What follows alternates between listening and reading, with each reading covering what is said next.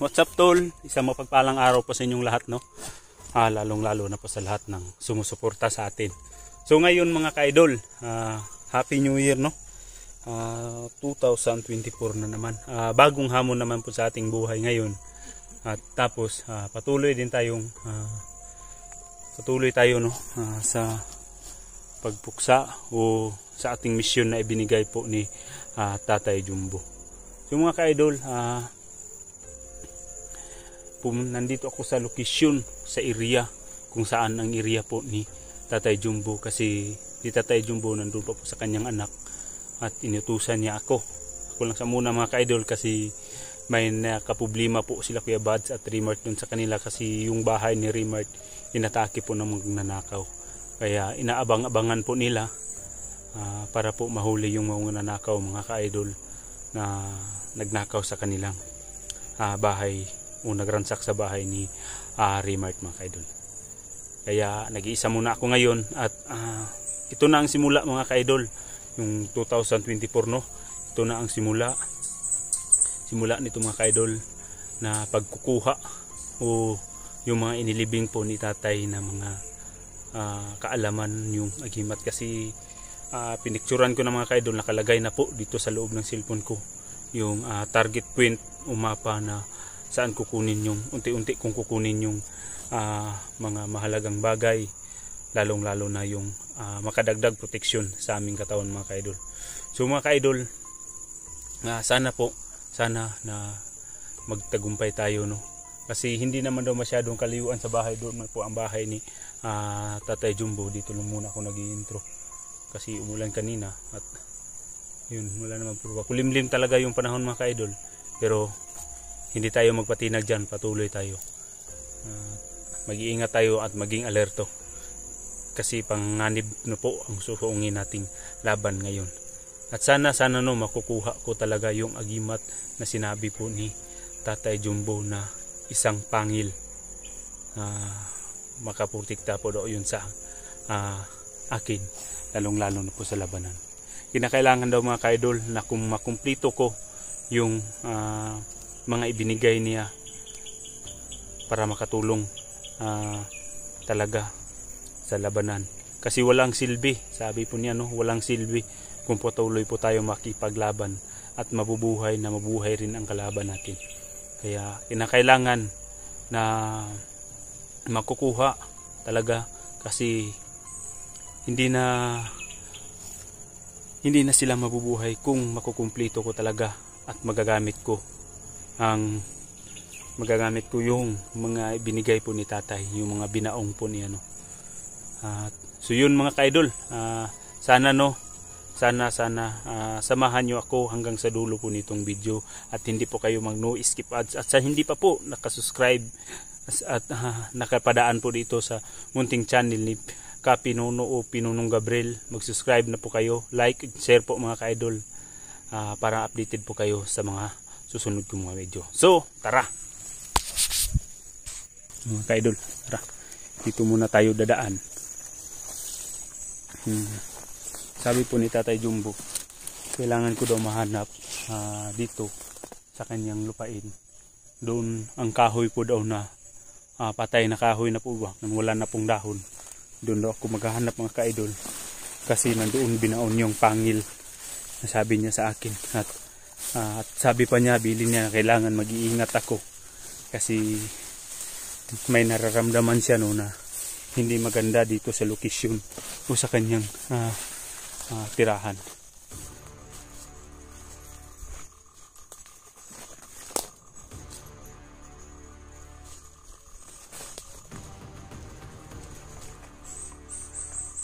Ay, baliti.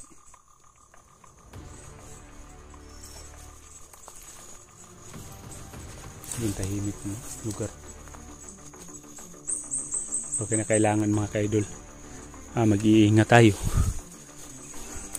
At unang-una, maging alisto tayo sa bawat hakbang na ang ating tatahakin ngayon no. At sana madali kong makita yung sinabi po ni Tatay Jumbo, kasi ito ang location, sinabi niya sa akin na dito ako dadaan na sa kanyang bahay. May bahay na may kahoy daw at sa kiliran. Dito ako dadaan. Tapos ay kasi ito na daanan papunta daw to doon sa pinilibing niya na pangil po mga kaidol. Mga kaidol.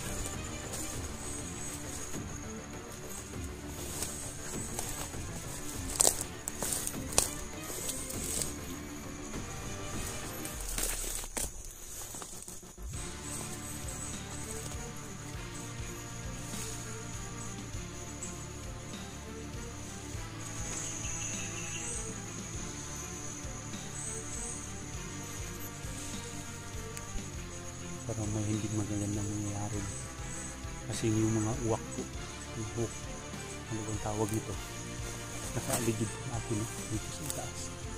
Ito, mas dami po nila. Parang may paihiwatig po sila mga ka-idol ba.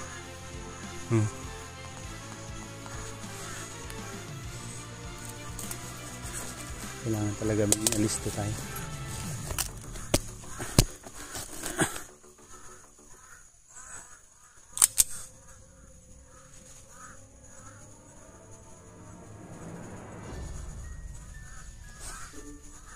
Karamdam ko sobrang rami na nila.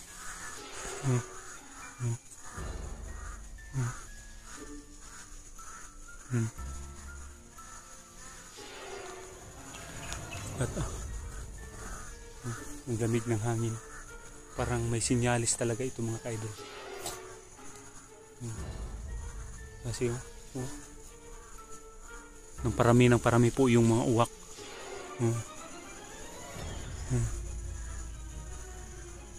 Parami sila at nakaaligid po dito sa katatayuan ko no. Makikita nyo sobrang rami na talaga yung at masama ang kutob ko dito.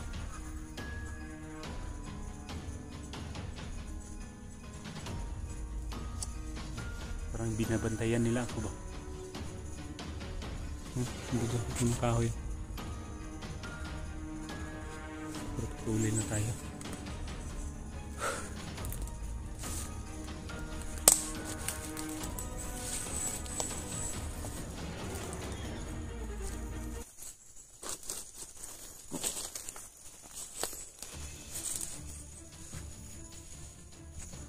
May kubo po dyan. Yung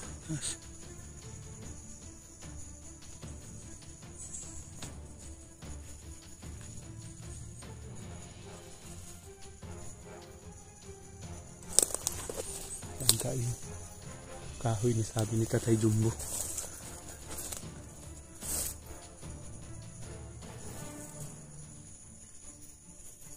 Sabi ko niya sa akin na mauna ako dito kasi ahabol lang daw siya. Nawala yung mga uwak. Ano kang ibig sabihin yan mga ka-idol? Bakit biglang dumating yung mga itim na langgam o itim na ibon, mga maitim na ibon at pinaligiran nila ako ba?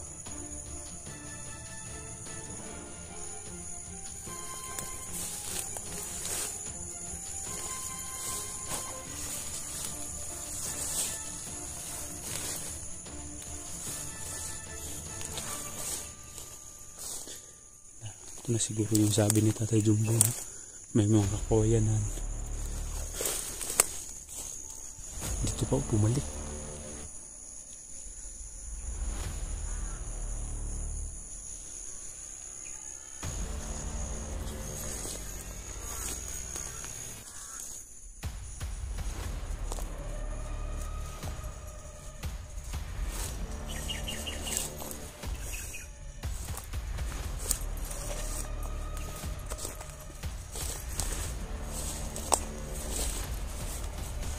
Ito, ano mo dyan?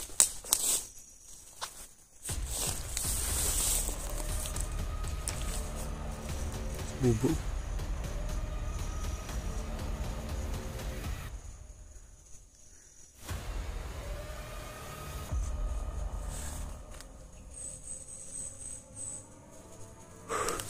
talagang simoy ng hangin.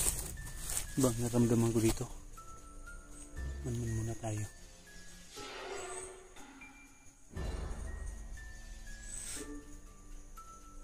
Saan ka banda yung bilinagan eh?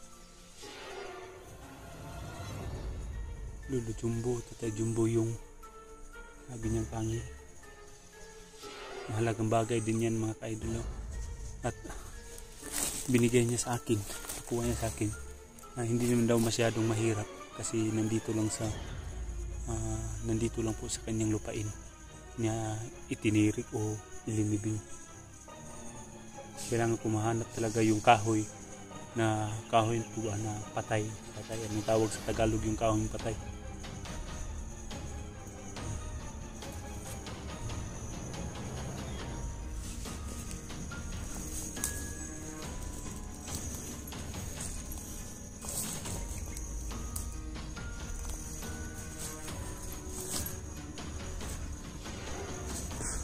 Ano bang ibig sabihin nito? Pabalik-balik po yung mga ibon na itim. Kung maririnig ninyo,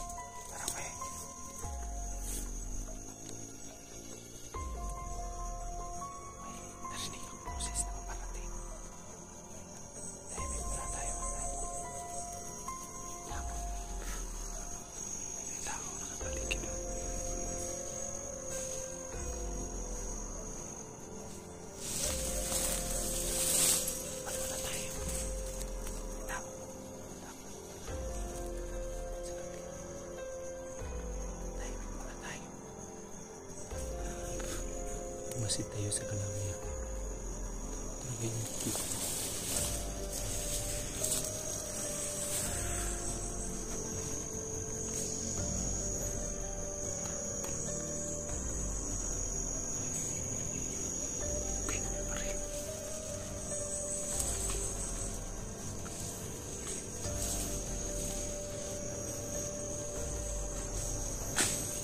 Atras pa rin tayo, atras.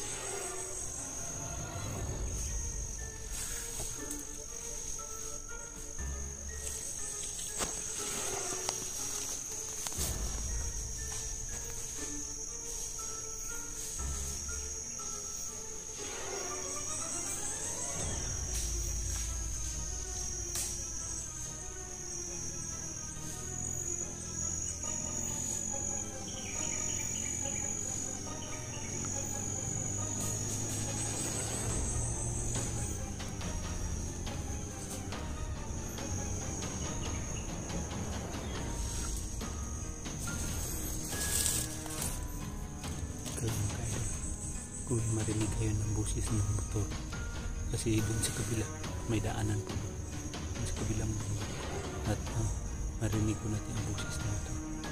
Uliman ko dito mga kaidol, may nakaharang po dito sa daan. Mag-iingat lang tayo at kailangan natin silang iiwasan kasi ang puntarya ko dito kailangan makuha ko talaga ang pamilya. O agimat nasabi po ni Tatay Jumbo.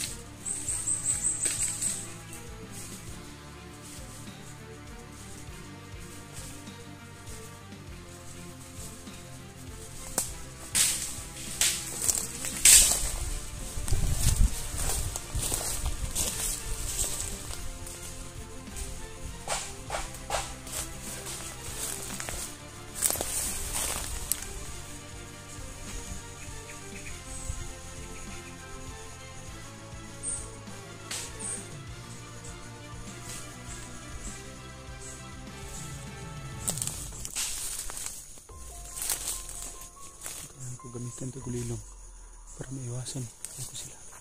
Hindi ko na ako makipaglaban. Kailangan makuha ko talaga yung target ko at sinabi ko yung Lolo Jumbo. Lansunis at Duro yun. Malapit lang.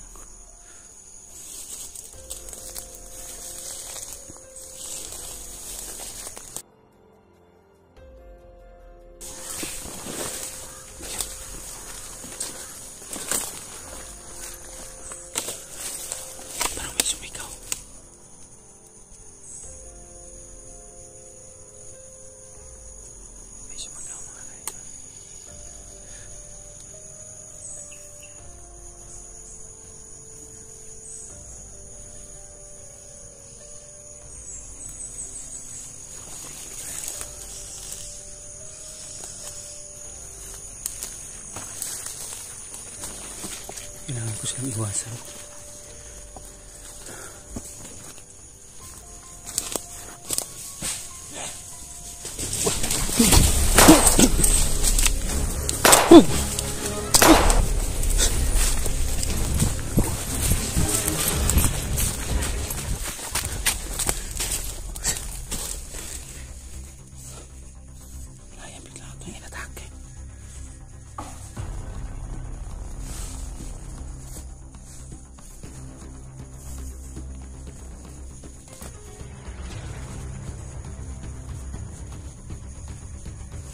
Wala.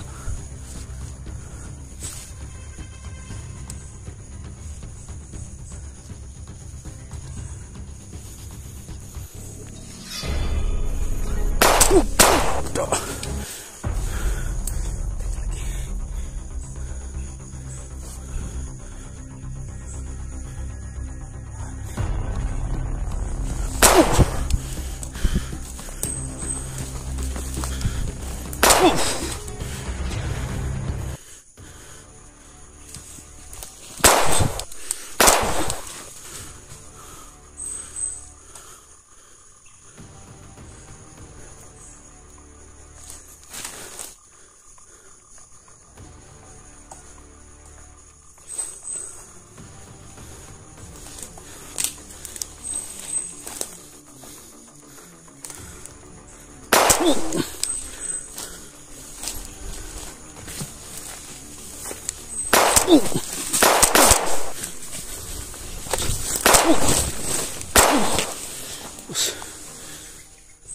na bala. Tumakas ko na.